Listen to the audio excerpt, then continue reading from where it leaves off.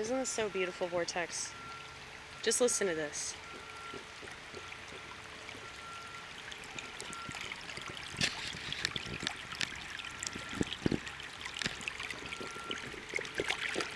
Oh my goodness.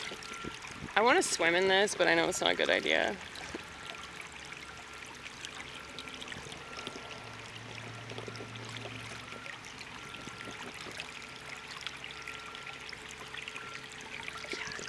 Just feel that. I promise I'm not doing an ASMR nature video, okay?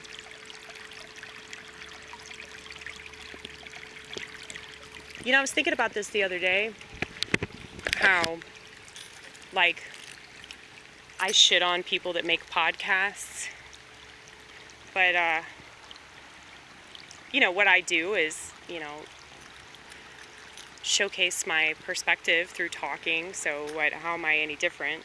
Just because the setting changes, just because I don't have a microphone. I mean, I'm a stand-up comic, so I just feel like that is the original art form, because it can be anything, because humor is subjective. And humor can be mean, you know, there's always going to be a fall guy, which is why people, you know, settle for the self-deprecating humor.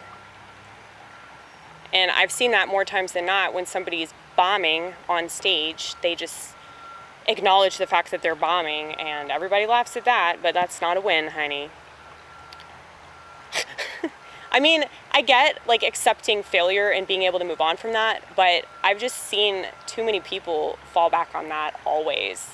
And it's like, if you don't have confidence in what you're saying, you probably should stop saying it. You know? I do have confidence in what I'm saying, which is why I'm trying to say it in different ways, better ways, more constructive, effective ways that aren't just, you know, hostile, because I know that that's how I come across. I do appreciate you, Felix. I really do appreciate you, and I'm sorry if I was a cunt. Oh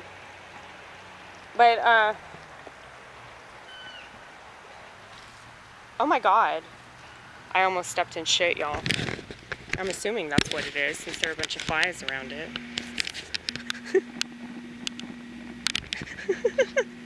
See, this is cool. This is different than anything else you're going to see on YouTube. I don't think people are doing close-ups of shit.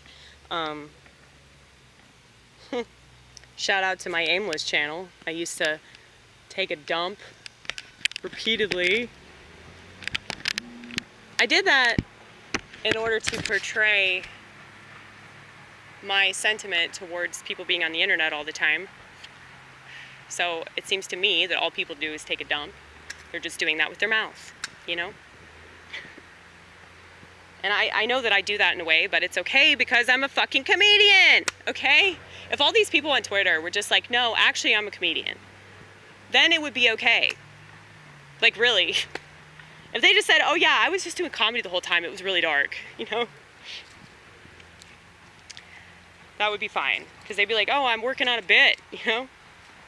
And I definitely know comics that say that, like, oh, well, if I say it on Twitter, then if people respond well to it, then I know that it might work on stage. But I just think that's fucking lazy. And I don't know, like, I say stuff to people at work and they find it funny, but it's funny because it's in the moment. But I feel like the best comedy and the best art in general is of the moment. It's of its time. It's like, you can feel it. Like, I definitely know, like, when I'm up there and I feel the moment, I'm totally in the moment. And I say something that in the moment feels right for me to say, and it really, really hits. And sometimes it can be really mean. You know, like that video that I feature on my YouTube channel, the one where John Hickok is introducing me, the infamous Amy Gross. Heard that like every single time that I get on YouTube and I upload my videos. That's the first thing that I hear is John introducing me that way. He loves the fuck out of me because he respects that what I do is like really odd, and I feel like if that's the one thing that comedians and artists are not, it's that. Like, people are so afraid of being odd. And the oddest thing is to not have a smartphone and not have social media. Like, I have more social media on YouTube than probably anybody on YouTube, and yet because I don't social network, people assume I don't have any social media at all. Isn't that funny? I have 4,300 videos on this channel and counting, motherfucker. But yeah, that video where I'm doing comedy at Bobby's Idle Hour, and Ronit scolded me last night because I didn't go. I just ended up staying home and making fucking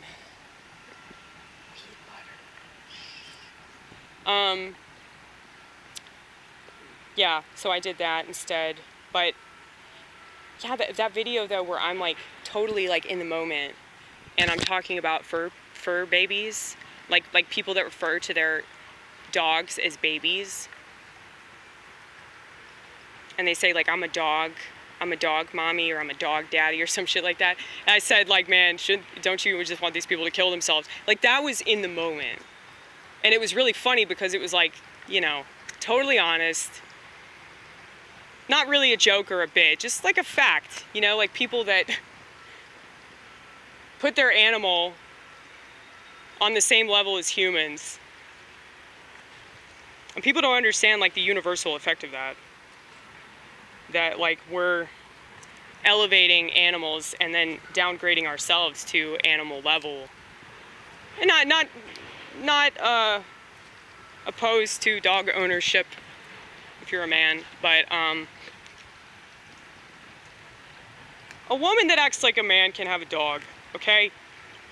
But a woman that's just, and you can say the same thing about any pet, really. I mean, cats, you don't have to scold me about it.